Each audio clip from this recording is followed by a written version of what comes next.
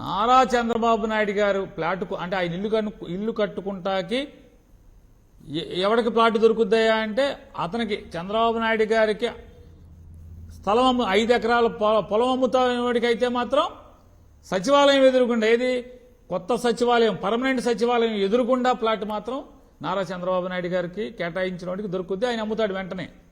ఆ ప్లాట్ అతనికి ఇస్తారు, వెంటనే ఆయన అమ్ముతాడు. చంద్రబాబు నాయుడు గారి ఇంటికి 100 గజాల్లో నారాయణ గారికి ప్లాట్ అమ్మేవాడికి ప్లాట్ వస్తుంది, ఇంకా రైతులకి ఎవరికి రాదు. ఇప్పుడు చంద్రబాబు నాయుడు గారి ఇంటి చుట్టూ దేవాలయాలకు సంబంధించినటువంటి ఆ భూములు పోయినాయో ఆ గుళ్ళకి ఇచ్చేశారంటున్నారు, ఇంకెవరు రాకుండా ఉంటాకి. ఏ రైతుకి చంద్రబాబు నాయుడు గారు నైబర్ అవడు, అన్ని దేవాలయాలకు ఇచ్చారంట. దాని వెనకాల హైకోర్టు ఉంది, జడ్జిల బంగ్లాలు ఉంటాయి. ఆ జడ్జిల బంగ్లా పక్కన నారాయణ గారి ఇల్లు ఉంటుంది. కానీ పొలం ఇచ్చినా ఏ కృష్ణాయపాలెం రైతుకి, ఏ మందడం రైతుకి, లేదా ఏ తుళ్ళూరు రైతుకి, ఏ రైతుకి భూమి మీద ప్లాట్ లేదు. సచివాలయం, హైకోర్టు లేదా అసెంబ్లీ పక్కన ఆ దగ్గరలో ఎవడు కూడా మీకు కనపడ్డు. ఇది ఎలా? ఇది అన్యాయం కాదా? ఇది రైతులు నానా ఇబ్బందులు పడుతున్నారు సార్, మామూలు ఇబ్బందులు కాదు, అంటే మానసికమైన ఇబ్బంది. అదే గనక నారా చంద్రబాబు నాయుడు గారికి ఈ పూలింగ్ అనేది పొరపాటు ఆలోచన చేయకుండా నిజంగానే ఒక 15,000 కోట్ల రూపాయలు పోగేసి 15,000 కోట్ల రూపాయలతో రైతుకి కృష్ణాయపాలెం మందడం నుంచి ఆ పక్కన అంటే ఆయన అక్కడే పెట్టాలనుకుంటున్నాడు కాబట్టి ఎకరా ₹1,00,00,000 చొప్పున కొనేసి ఉంటే గనక ఆ ₹1,00,00,000తో 2015-16 సంవత్సరంలో వాళ్ళు ఎక్కడన్నా బయట ఆస్తి కొనుక్కుంటే వాళ్ళు ఎన్ని కోట్లు అయ్యేదనుకుంటున్నారు సార్? ఎన్ని కోట్లు అయ్యేదనుకుంటున్నారు? ఇవాళ వీళ్ళకి ఆ 1200 గజాలు 14 గజాలు చేతికి రావు, పేపర్లో ఉంటుంది. ఏమైపోతారు వీళ్ళందరూ? ఇప్పటికీ అంటే ఈ ప్రభుత్వానికి ఎంత భారం అంటే. మరి రెండవ దశలో మళ్ళీ భూసేకరణ అంటున్నారు, దీనికి దాదాపు 20,000 ఎకరాలు, మూడో దశలో ఒక 30,000 ఎకరాలు తీసుకుంటామంటున్నారు. అయితే రైతులు చాలా ఉత్సాహంగా ముందుకు వస్తున్నారట, మా భూములు తీసుకోండి. నిజానికి మొదటి దశ రైతులకు 50,000 ఎకరాలకే తాడు బంగారం లేదంటే ఇంకా ఇవన్నీ ఏంటి సార్? సార్ ఇవన్నీ కూడా జనాల్ని నాశనం చేసేటువంటి ఆలోచనలే నారా చంద్రబాబు నాయుడు గారికి తప్పితే ఇది చాలా అన్యాయం సార్. ఈ 50,000 ఎకరాలు కూడా చేయటం అనేది ఈ రాష్ట్రానికి గుదిబండే ఇది. ఇప్పుడు జగన్ గారు నిన్నటిదాకా తిట్టారు, ఇదన్నారు. ఆయన చెప్తున్నాడు కదా, ఏమో నగరం ఉన్న చోట చేయాలయా. నేను వైజాగ్ వెళ్ళింది కూడా నగరం ఉందని వెళ్ళాను. సరే మీరు ఇక్కడే అంటున్నారు కదా, ఇక్కడే పెట్టండి, బెజవాడ గుంటూరు మధ్యలో ఈ బందర్ పోర్టు ఎన్ని కలుపుతో పెట్టండి అన్నాడు. ఏం తప్పు మాట్లాడాడు? ఆయన మాట్లాడేది ఇప్పుడు 47,000 కోట్ల రూపాయలు కాబట్టి చెప్తున్నా. ఇవాళ జగన్మోహన్ రెడ్డి గారిని కామెడీ చేసిన, జగన్మోహన్ రెడ్డి గారిని తిట్టిన వాళ్ళు కూడా మీరు ఖచ్చితంగా రాబోయే రోజుల్లో మళ్ళీ 3.5 సంవత్సరాల తర్వాత మళ్ళీ మాట్లాడుకుందాం మనం. జగన్ చెప్పింది కరెక్టరా అనపోతే కనుక మీరు నన్ను మళ్ళీ పిలవండి సార్. నేను దగ్గరికి నోటిఫికేషన్ వచ్చిన తర్వాత 2029 జనవరిలో నన్ను మీ టీవీ ఛానల్ డిబేట్కి వెళ్ళండి, ఆ రోజు మాట్లాడుకుందాం. ఈ రోజు జరుగుతున్నటువంటి జగన్ చేశాం, జగనే కరెక్టరా, బాగా చెప్పాడు. ట్రోలింగ్ జరుగుతుంది సార్. మీరు తీసుకొచ్చినటువంటి ప్రతిపాదన పైన చాలా భయంకరమైనటువంటి ట్రోలింగ్ జరుగుతోంది. మీకు మళ్ళీ కాన్ఫిడెన్స్ ఎలా వస్తుంది నాకు అర్థం కావట్లేదు సార్. జగన్మోహన్ రెడ్డి గారు కరోనాలో పారాసిటమాల్ వేసుకోవాలి, లేకపోతే ఇంటి చుట్టూ బ్లీచింగ్ కొట్టాలి, లేకపోతే ఇట్లాంటివన్నీ చెప్తే చాలా ట్రోలింగ్ చేశారు, విపరీతంగా ట్రోలింగ్ చేశారు. చివరికి ప్రపంచ ఆరోగ్య సంస్థ కూడా జగన్ గారు చెప్పింది. అంటే జగన్ గారే డాక్టర్, ముందు చూపని కాదు.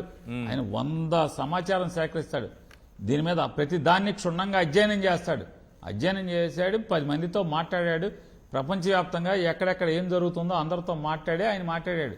అంతేగాని ఆయన ఏం డాక్టర్ కాదు, సైంటిస్ట్ కాదు. మీరు ట్రోల్ చేయటం వల్ల ఏం ట్రోల్ చేస్తే ఏం జగన్కేం వల్ల మళ్ళీ అందరూ జగన్ కరెక్ట్ కదరా, బ్రహ్మాండంగా చెప్పాడు, నిజమే చెప్పాడు కదా, వాళ్ళందరూ అదే వేసుకోవాల్సి వస్తుంది కదా అని చెప్పాడు. అందరూ అదే మాట్లాడారు కదా. సో ఈ రోజు కాకపోయినా కరోనాతో మనం సహజీవనం చేయాలన్నాడు. ఈయనంటే కాపురం చేస్తాడంట కరోనాతో అన్నాడు. ఏం చేశారు అందరూ? చివరికి మనందరం ప్రపంచం అంతా సహజీవనం చేయలేదా కరోనాతో? మ్మ్. 3 ఏళ్ల పాటు సహజీవనం చేశాం. ఆ కరోనాతో సహజీవనం చేస్తా కరోనాకి భయపడి చంద్రబాబు నాయుడు గారు తండ్రి కొడుకు దాదాపు సంవత్సరం 2 ఏళ్ల పాటు హైదరాబాద్ నుంచి రాలా. అసలు సంవత్సరం ఆంధ్ర ముఖమే చూడలేదు. మ్మ్.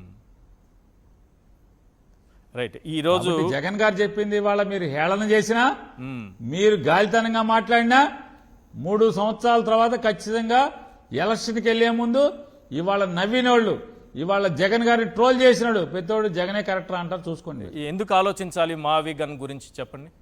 ఎందుకు ప్రజలు ఆలోచించాలి? ఎందుకు అమరావతిని కాదనుకొని దీని గురించి ఆలోచించాలి? మావిగన్ కాకపోతే మచిలీపట్నం, విజయవాడ, గుంటూరు, తెనాలి మధ్యలో రాజధాని ఆలోచించమన్నాడు. ఆలోచించండి, కరెక్టే అది. ఎప్పటికైనా అదే మనకు దిక్కు అవుతుంది. కాదు, ఎందుకు మచిలీపట్నం, విజయవాడ, గుంటూరు, తెనాలి మధ్యనే మనకు దిక్కు అవుతుంది. రైట్. అమరావతిని కాదని ఇది ఎందుకు ఆలోచించాలంటే ఏం చెప్తారు సార్? ఎందుకంటే మన దగ్గర డబ్బు లేదు, అప్పులు పెరిగిపోతున్నాయి. ఇవాళకే చంద్రబాబు నాయుడు గారు మొదటి సంవత్సరంలో 14-19 మధ్యలో 2016, 17, 18లో తీసుకున్నటువంటి రాజధాని నిర్మాణం కోసం చేసినటువంటి 5,000 చిల్లర కోట్ల రూపాయల అప్పుకి ఇప్పటికీ దగ్గర 2,000 కోట్ల రూపాయలు వడ్డీ కట్టాం. 2,000 కోట్ల రూపాయలు వడ్డీ కట్టాం. 2,000 కోట్లు. ఇది ఇవాళ కాదు, 2022కి 2,000 కోట్ల రూపాయలు వడ్డీ కట్టాం. ఆ 5,000 కోట్లకి, ఈ 50,000 కోట్లకి, ఆ 5,000 కోట్లకి మొత్తం ఇవాళ 47, ఆ 52,000 కోట్లకి ఎంత వడ్డీ కట్టాలి? ఎన్నేళ్లు కట్టాలి? ఎవడు కడతాడు? చంద్రబాబు నాయుడు కడతాడా? జగన్మోహన్ రెడ్డి గారు కడతాడా? పవన్ కళ్యాణ్ గారు కడతాడా? లోకేష్ కడతాడా?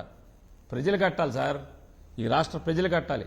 అది సంపద సృష్టించదా అమరావతి అంత ఖర్చు పెడితే?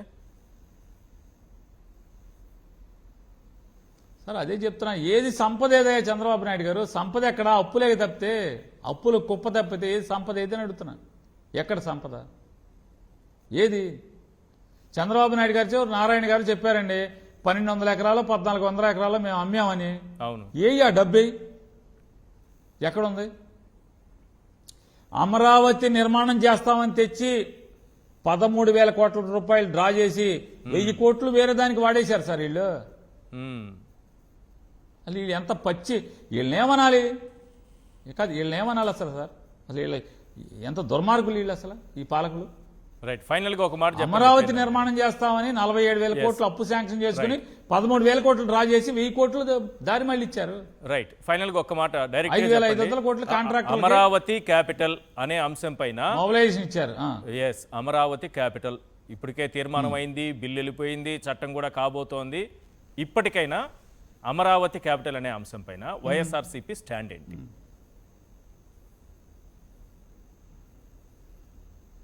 సార్ ఈ రాష్ట్రానికి అంటే ఇంకా భవిష్యత్తులో మీరు ఒక మాట చెప్పండి, రేపు చంద్రబాబు నాయుడు గారు ఈ టర్మ్ అయిపోయేప్పటికీ అది 50లో ఉంటుందో 60లో ఉంటుందో అన్ని వేల కోట్లు అప్పు చేస్తాడు సార్. ఓకే.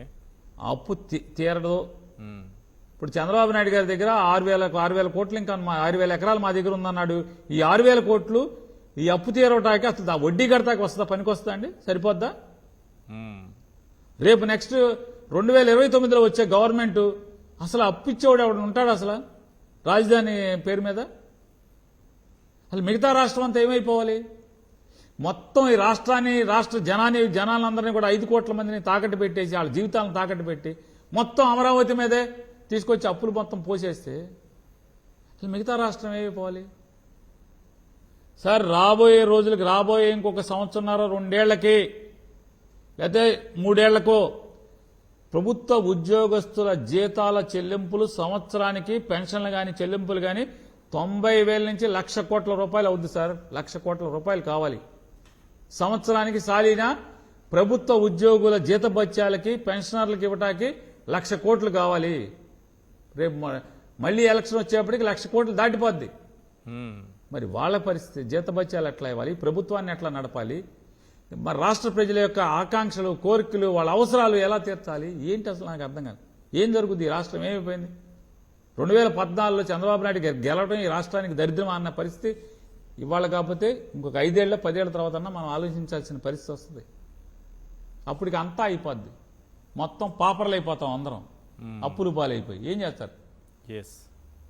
కాబట్టి జగన్ గారు చెప్తున్నాడు, అయ్యని కర్మ మీద అయిపోయిందయ్యా, ఇప్పటికైనా అప్పులు చేయకుండా ఈ ప్రాంతాల్లో చేస్తే గుంటూరు, విజయవాడ, మచిలీపట్నం పోర్ట్ ఉంది, లేదా తెనాలి ఈ మధ్యలో ఏదో చేసేయండి అయ్యా, జోనింగ్ చేయండి, అది రాజధాని, జనం నిర్మాణం చేసుకోవాలి తప్పితే రాజధాని గవర్నమెంట్లు, పాలకులు, ప్రభుత్వాలు రాజధాని నిర్మాణం చేయండి, నగరాలు నిర్మాణం చేయటం ఏంటి, ఇది ఎక్కడ అవుద్దాయా అని చెప్పని ఆయన గోల.